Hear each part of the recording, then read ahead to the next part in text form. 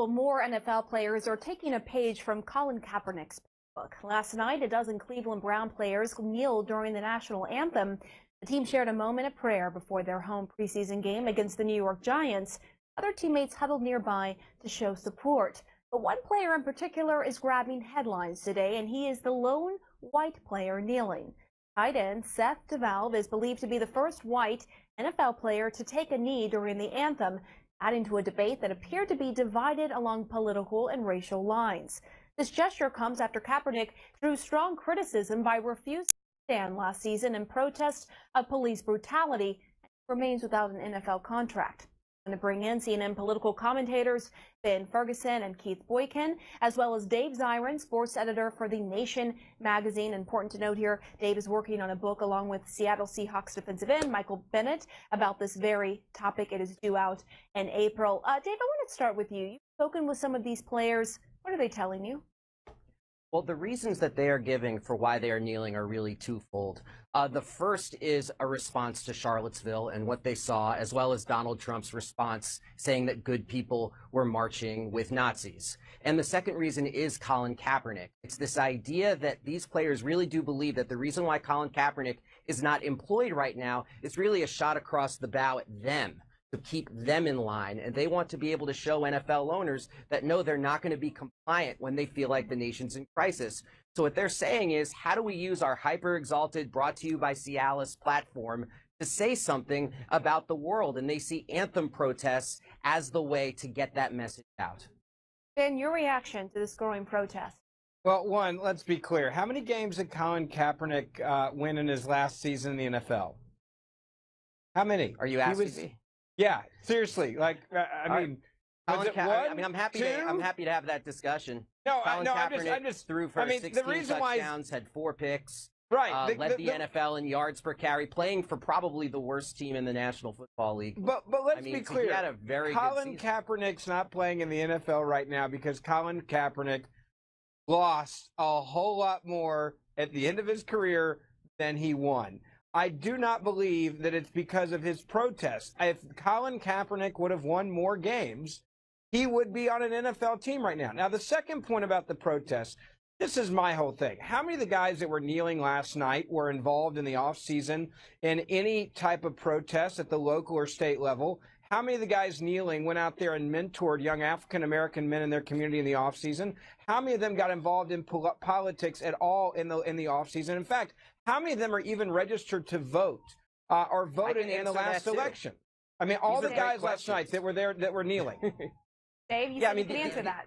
Sure, I can answer that. Players there included people like Kenny Britt, who in 2014 was one of the original NFL protesters around Ferguson, and he wrote "My Children's Lives Matter" on his arm. And these players are very socially conscious. They're involved in foundations. They do stuff on the community level that honestly doesn't get reported upon. Right, but here's my thing. In the offseason, this is my point, though. This is my point. I'm not saying there's some of these guys that aren't doing things. Let him finish. And I also want to get to Keith, because we have Keith as part of this panel discussion, too. But Dave, finish what you're going to say, and I want to go to Keith to get his thoughts. Sure, just chapter and verse. The players who are kneeling are extremely active in their communities and foundations, and they should get credit for that. They don't because it's not the sexiest story in the world, but to create this kind of straw man that, oh, they don't do anything except kneel during the anthem is frankly just, bombastic. How many of them are registered to vote, out of curiosity? Ben, you're engaged in typical diversionary tactics. The issue it's a direct question. The issue here, Ben, is that these are athletes who are standing up, using and exercising their First Amendment right, and the great tradition of Muhammad Ali and Arthur Ashe and many other athletes who've spoken up for social justice causes.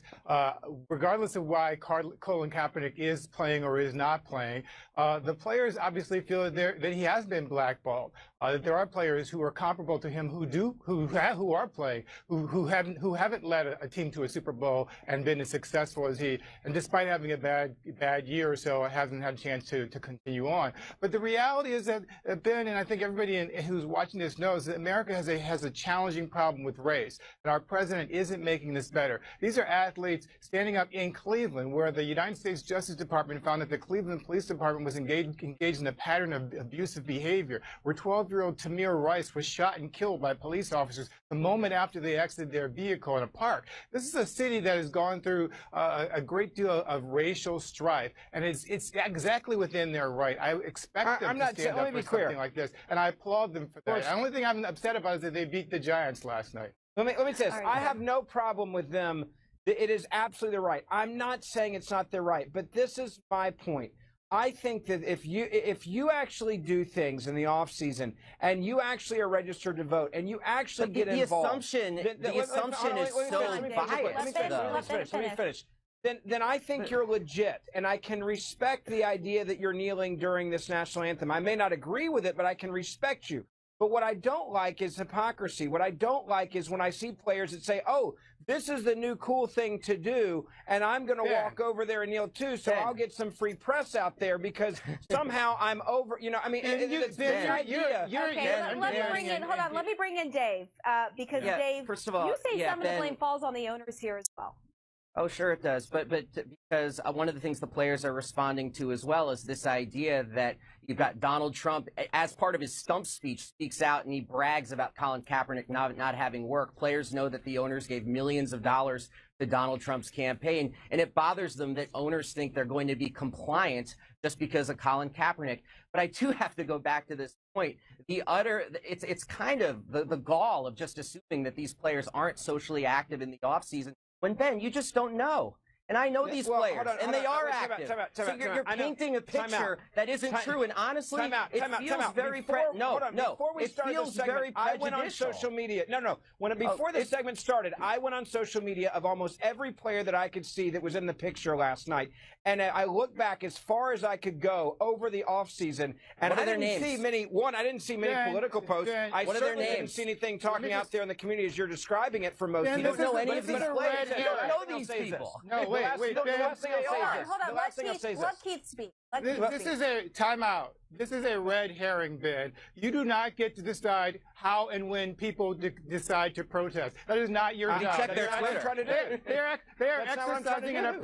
are exercising a protest regardless of whether they do it 24 hours a day, 7 days a week, 365 days a year. They're doing it now. Do me a favor. No, you do me a favor, Ben. Just respect the fact that they're protesting. Don't try to set limits on when they must meet your standards. Let's do a story on how many of these guys voted in the last election. Ben, if you can name offline. Dave, got to cut you off. Oh, sorry, but you guys. So it's okay. The good news is you can talk offline and you can this conversation.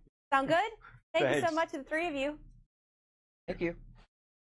We have another story we want to cover. Chelsea Clinton is coming to the defense of President Trump's youngest child. This after a conservative website questioned Barron Trump's clothing. Clinton sent out this tweet, quote, "It's high time the media and everyone leave Barron Trump alone and let him have the private childhood he deserves." The Daily Caller, a conservative news and opinion site, criticized 11-year-old Barron Trump. It posted an article saying it's high time Trump's youngest son starts dressing like he's in the White House. He was talking about this picture right here. And with me now to discuss this is CNN contributor Kate Anderson Brower. She is the author of First Women. Kate, thanks for coming on. What did you make of Chelsea Clinton's response? Well, I thought it was, very poignant because when she came into the White House, her father was elected. She was only 12 years old herself. She had been made fun of. Michael Myers on SNL spoofed her and had to actually write an apology letter to the White House afterwards. So clearly this is something she feels very genuinely about protecting 11-year-old Barron Trump. And I think most people respect that and the privacy of children, but their lives are difficult. When he goes to a soccer game, the motorcade arrives early so that he doesn't draw attention to himself. I mean, there are little things like that that make everyday life challenging. Right. And what happened to the kids are off limits? I think that, this is a sign that is the case. I mean, this reporter has gotten into a lot of hot water over this story. So but I think it seems like it's happened repeatedly. I mean, this is not the first time that Barron Trump has been the target of someone in the media. So I do think that now that everything is, the internet has really taken over, it's a different world now. People can tweet things that are harmful, and I think people have to remember that this is just an 11-year-old boy who actually, I think one issue is that he looks a lot older than he is. I mean, he's very, very young, and so it's unfair to him, absolutely. All right, Kate Anderson-Brower, thank you very much. We do appreciate it. Thank you. I'm Pamela Brown, filling in for my colleague Brooke Baldwin. Great to have you join us on this Tuesday. The Lead with Jake Tapper starts right now. Thanks, Pamela. President Trump reportedly feeling aggrieved, about to hold a campaign-style rally near the southern border. No teleprompter, adoring crowds. What could go wrong? The Lead starts right now. Just hours after President Trump called for unity in America, he's on his way to Arizona, where protesters and 2 disapproving Republican senators are waiting. Could everything President Trump said last night be wiped away with one ad lib? Clone Wars. An email prankster strikes again, this time posing as a sort of bizarro Steve Bannon, fooling top editors of the alt-right news organization that Bannon now runs again. Why would its editor-in-chief share a smear of Ivanka Trump? DNA evidence on the knife indicated that he might not be the killer, and now with just hours left to live, a condemned inmate gets a surprise lifeline from the governor. But why did this take nearly 2 decades?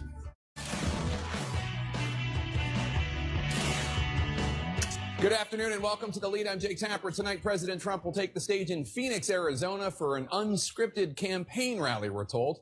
Comes fresh off a speech last night in which the president laid out his priorities, a few actual policy details, for a path forward in Afghanistan. The question, of course, for tonight, will the president echo what he said in his scripted, teleprompted address last night, calling out bigotry and prejudice, urging Americans to come together with love and in peace, or, as is his wont, when speaking before adoring crowds and freed from the constraints of his teleprompter, might President Trump come closer to expressing something slightly more divisive?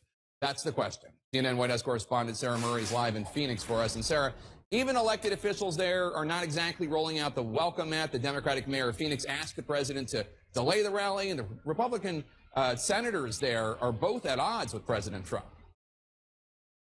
That's right, Jake. You can expect President Trump's words to be closely scrutinized here today as he takes the stage in a state where both Republican senators, Jeff Flake and John McCain, have been harsh critics of the president. In fact, Jeff Flake's challenger is even expected to attend the rally, and everyone will be watching to see what is the president's tone tonight. Is it another talk about unity, or is it something harsher? From commander-in-chief to campaigner-in-chief. A day after President Trump addressed the nation on his Afghanistan strategy, I am here tonight to lay out our path forward in Afghanistan. He's hitting the road in Arizona amid deep divisions. Even the mayor of Phoenix implored Trump to hold off on tonight's event, as anger simmers over the president's reaction to violence from white supremacists in Charlottesville. Steadfast. On Monday, Trump sought to diffuse those tensions before his remarks on Afghanistan. When we open our hearts to patriot, there is no room for prejudice, no place for bigotry, and no tolerance for hate. Then Trump outlined his approach to the nearly 16-year war there, a conflict he once argued America should withdraw from. My original instinct was to pull out, and historically, I like following my instinct. But all my life, I've heard that decisions are much different when you sit behind the desk in the Oval Office. The president offering his signature tough talk. We are not nation building again. We are killing terrorists. But few specifics on how many troops he would commit or how he would define success, even as he promised victory. We will defeat them, and we will defeat them handily. And while he slammed his predecessor, Trump's plan to use military might to wipe out terrorists and diplomatic pressure to cajole Pakistan in many ways echoed the Obama administration's strategy. Now Trump is asking Americans to place their trust in him at a time when many have deep misgivings. A Washington Post ABC News poll shows 56% of Americans disapprove of Trump's response to Charlottesville. Just 28% approve. House Speaker Paul Ryan, in a CNN town hall, said Trump fumbled his response by equivocating white supremacists with counter-protesters. I do believe that he messed up in his comments on Tuesday when it sounded like a moral equivocation, or at the very least moral ambiguity. when we need extreme moral clarity. But Vice President Mike Pence is leaping to Trump's defense. I know this president. I know his heart. And I heard him. I heard him on the day that the Charlottesville tragedy happened, when he denounced hate and violence. Now, before the president arrives here in Phoenix, he'll be visiting Yuma, where he'll be doing a tour of border enforcement materials there. Now, once he gets here, one of the things we'll be watching for tonight is what exactly the president has to say about controversial Sheriff Joe Arpaio. He told Fox News he was considering pardoning the sheriff. He's been held in contempt of court for violating a judge's order in a racial profiling case. So far, no word if Trump will mention that tonight. Jake. All right, Sarah Murray in Arizona for us today. Thank you so much. With Steve Bannon, the president's now fired chief strategist, back in charge, the far-right news website Breitbart is blasting President Trump's Afghanistan strategy. That's a strategy opposite what Bannon had advised and opposite the president's America First anti-interventionist rhetoric. President Trump reportedly had been concerned about the damage Bannon might be able to do from outside the White House, and now new emails obtained by CNN provide insight into just how nasty it might get and how low the editor-in-chief of Breitbart might be willing to go, including sharing a personal smear against first daughter Ivanka Trump. War was how one of Breitbart's senior editors responded to Chief Strategist Steve Bannon's ouster from the White House last week. Now a self-described email prankster posing as Bannon has fooled top staff at the right-wing website into spilling how that war might play out. The real Steve Bannon returned to Breitbart as executive chairman Friday, just as the fake Bannon was sending emails to editor-in-chief Alex Marlow. The topic? Jared Kushner and Ivanka Trump. So do you think you'll have them packed and shipping out before Christmas? The prankster asked. The very real Marlow replied, "Let me see what I can do. Hard to know given your description of them as evil. I don't know what motivates them. If they are semi-normal, then yes, they out by end of year." The prankster, who tweets under the name Sinan Reborn, shared numerous emails with CNN.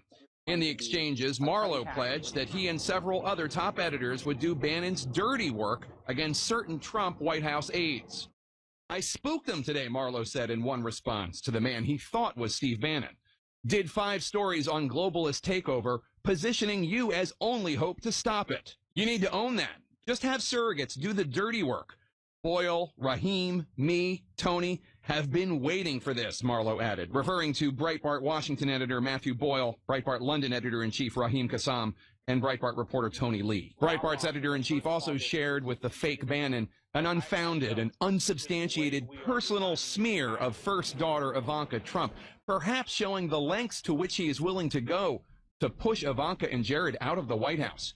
It is a smear CNN will not repeat. A senior official at the White House today asked about the emails, declined to comment. But Marlow was not the only Breitbart editor targeted and fooled by the Bannon bluff. Senior editor-at-large Joel Pollack, the man behind that war tweet, was emailed too. Wrote the bogus Bannon, "Reading online about how I'll be bringing forth my wrath on Ivanka and Jared, I'd be doing this great nation a service if I did." Responded the very real Joel Pollack, "Indeed. No one can figure out what they do." Responded the bogus Bannon, "Had a good chat with Alex Marlow. Seems he's already aligning the crosshairs and making me the masked puppeteer." Responded the very real Joel Pollack, "Excellent." The prankster tells CNN his latest stunt was inspired by Bannon's firing, saying that Breitbart was, quote, literally falling over itself to attack those Bannon sat drinking coffee with days before. This is not his first email hoax. In July, the self-described lazy anarchist fooled top White House officials into thinking he was Donald Trump Jr., Jared Kushner, and Reince Priebus, among others, causing quite a stir in the West Wing. The candid, previously private exchanges with Breitbart's top editors sheds light on the inner workings of the site that Bannon once referred to as the platform for the alt-right, now that a post-White House Bannon is back on staff. Bannon told the Weekly Standard Friday he was, quote, back on his weapons at the Breitbart machine. Quote, "I'm about to go back knowing what I know, and we're about to rev that machine up," he promised. We did not get a response for comment from Steve Bannon, but we did get one from Breitbart. The statement reads, quote, "The obsession with Breitbart News is simply a result of our effectiveness. This time, an imposter deceitfully obtained and shared with CNN tongue-in-cheek emails that revealed that we feel globalists present an existential threat to the agenda that got President Trump elected. If people want to know our thinking, They don't need to judge us on illicitly obtained comments that were intended to be private. They can simply read our front page, unquote. Coming up next, did a 45-year-old photograph of women in miniskirts help convince President Trump to keep the U.S. military in Afghanistan? That's next. Stay with us. The Lead with Jake Tapper is... Welcome back. Continuing with our politics lead, an email prankster posing as Steve Bannon, sharing with CNN candid exchanges that he had with Breitbart editors that were about Jared Kushner and Ivanka Trump, and not particularly nice. My political panel is here to discuss this and more. Juana, let me start with you. I mean, these emails from Marlowe, the editor-in-chief in Breitbart, when he's talking about how he's going to be able to try to get Jared and Ivanka to leave the White House before Christmas. I spooked them today. I did 5 stories on globalist takeovers. You'll have surrogates doing your dirty work for you, and then sharing this rumor that we're not going to repeat about Ivanka Trump's personal life. I have to say, I've been around this town for a long time. I was pretty shocked.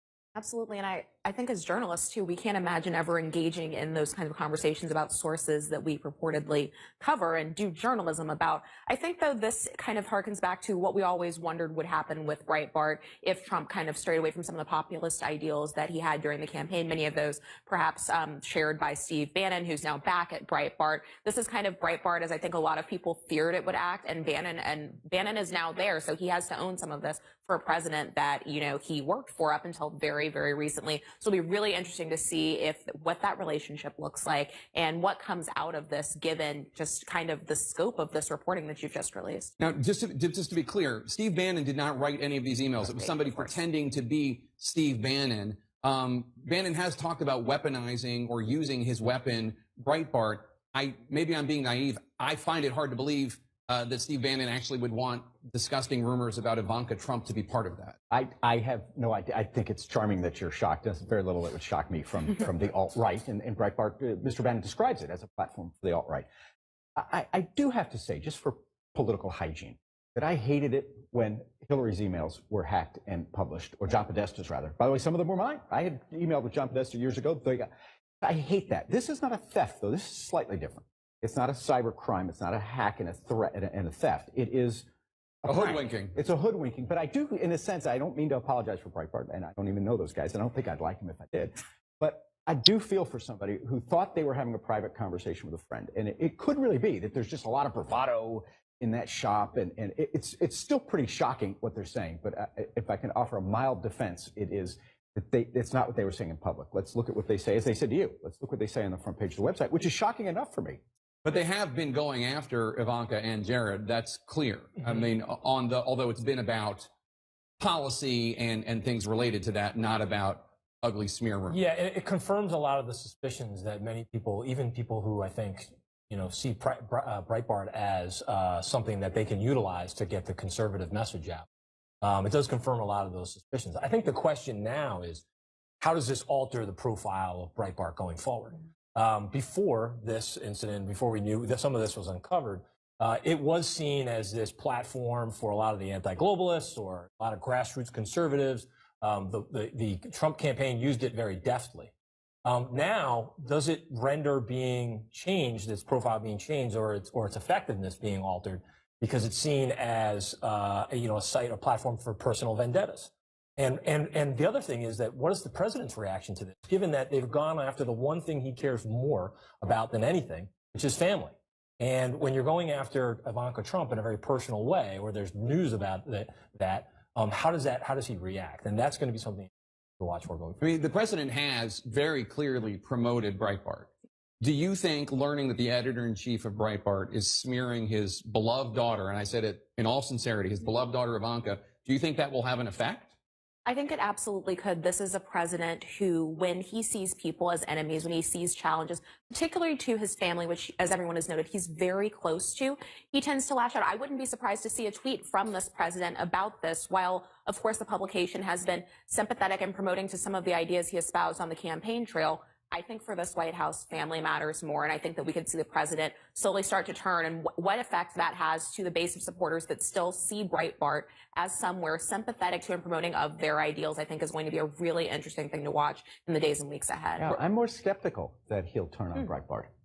You may be right. We don't know, but we're going to watch this in real time. Our president clearly adores his daughter, and she's a very impressive woman, but he adores his base, too. And those are the people he brags. He could shoot a guy on Fifth Avenue, they'd still be with him. So does he really want to go after the house organ of a good part of his base, even if they're privately daughter? That's a tough position for him to be in. So Breitbart has been criticizing President Trump for his decision about Afghanistan. President Trump, in his remarks, kind of acknowledging that it was something of a flip-flop. Take a listen. My original instinct was to pull out. And historically, I like following my instinct. But all my life, I've heard that decisions are much different when you sit behind the desk in the Oval Office. It's a rare moment of changing his mind and of candor. Very rare. And I think he wanted to provide just a bit of an evidentiary trail of how he arrived at the decision. But it is ultimately still a decision that falls in line with where he's been on national security and foreign policy in the past, which is resolute and strong. So he believes that this action is resolute and strong. He wants to explain it through that lens versus the lens of having changed. Although, I mean, it is clearly not what he has said in the past. In 2013, he was saying, get out of Afghanistan, that's a loser of a war. We've seen an evolution of this president since he was a private citizen all the way until the speech that he gave, seeing him evolve on this. And as he said in that speech, I've heard that these decisions are different when you're in the Oval Office. It seems that he's coming around to the reality that past presidents and people who work in this space have realized that there's no easy, quick win in Afghanistan. And I think that speech and the remorse that you kind of heard from the president really seems to recognize that seriousness. And as has been said many times, there's no easy decision that comes to the president, because if it was easy, it would have been made long before it got to the president's desk. Everyone stick around. We have new evidence that could show his DNA wasn't on the murder weapon. And today, just hours before his scheduled execution, this convicted killer got another chance. Was an innocent man about to die? Stay with us. He is the Twitter president. He rose to power 140 characters at a time. But could his tweets backfire on his presidency? I think if Donald Trump implodes, it'll be because of Twitter. Twitter and Trump, Friday night at 9. We have some breaking news in the National Lead today. Coming through at the 11th hour, the governor of Missouri just put a temporary stay on the execution of a death row inmate after new DNA evidence had emerged. In fewer than 3 hours, Marcellus Williams was going to be put to death for the 1998 murder of Felicia Gale. But a couple of years ago, the state Supreme Court allowed DNA testing on the murder weapon, and 3 out of 4 of the tests excluded him. So why did it take so long for him to get a stay? Let's go to CNN's Scott McLean. He's outside the Correction Center in Bon Terre, Missouri. I hope I'm pronouncing that correctly. Scott, why did it take so long? Yeah, Jake, so lawyers in this case will tell you they have been trying to get this DNA evidence entered into the record and into this case for years and years, and they've just been stopped by the state at every single turn. But let's back up. This case is nearly 2 decades old. Felicia Gale was murdered back in 1998 inside of her own home. She had more than 40 stab wounds, and that knife was actually left inside of her body. You mentioned the DNA testing was allowed on that knife. It's actually a new relatively new DNA testing technique that they were able to use. And the results, according to the governor, were relatively inconclusive, meaning it was possible, according to some of these analysts, to rule that Marcellus Williams was not the suspect in this case, or at least that his hand was never on the knife, but it wasn't possible to prove whose hand actually was on the knife. The state will tell you, though, look, it's possible that he wore a glove. In fact, it's likely that he wore a glove, and the state believes that there is enough non-DNA evidence in this case to uphold his conviction. So what happens next in this case? Yeah, so the governor has essentially handed Marcellus Williams a lifeline, albeit a very temporary one. So because of the risk of executing a potentially innocent man, the governor said, hey, let's look into this. So he is forming a board of inquiry, which will essentially comprise of former judges who will have full subpoena power to look in to whether or not this man deserves any clemency. But also keep in mind, Jake, that this case is also working its way, at least parts of it, through the Supreme Court. And so it's unclear at this point what impact that decision at the Supreme Court could have on this board of inquiry. All right, Scott McLean, thank you so much. Appreciate it. When she was attacked on social media for naming her designer clothes while traveling on a government jet to one of the poorest states in the union, the Treasury Secretary's wife fired back, calling a mother of three out of touch. But now she's apologizing. That story next. Welcome back to The Lead. I'm Jake Tapper. Topping our world lead today, the ongoing efforts to find the 10 missing U.S. sailors after the USS John S. McCain and an oil tanker collided near Singapore. Tragically, bodies of some of those sailors have been found. Moments ago, President Trump tweeted, quote, "We pray for our fallen heroes who died while serving our country in the U.S. Navy aboard the USS John S. McCain and their families." Let's bring in CNN's Matt Rivers, who joins us from Singapore. Matt, what's the latest in this search? Well, this search is still technically being called a search and rescue, and when operations resume, when the sun rises here in Singapore in just a couple hours, the Navy has said they're hopeful they might find some survivors, but the reality is that over the last 24 hours, Jake, this really has been more of a recovery operation, given what you just said.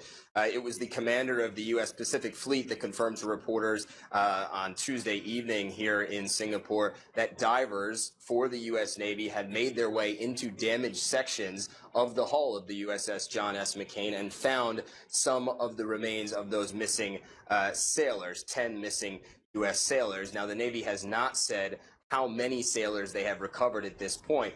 Also, the Malaysian Navy has been helping in this effort since right in the very beginning, and they found a body in waters near where this incident took place, that body in the process of being transferred back to the U.S. So, Jake, at this point, they're still very active. The priority is still trying to find anyone who might be alive. But as you know, as the hours go by, the odds of finding survivors get a lot slimmer. It's so horrific. A startling question also being raised now, Matt, about whether a cyber attack could have played a role here.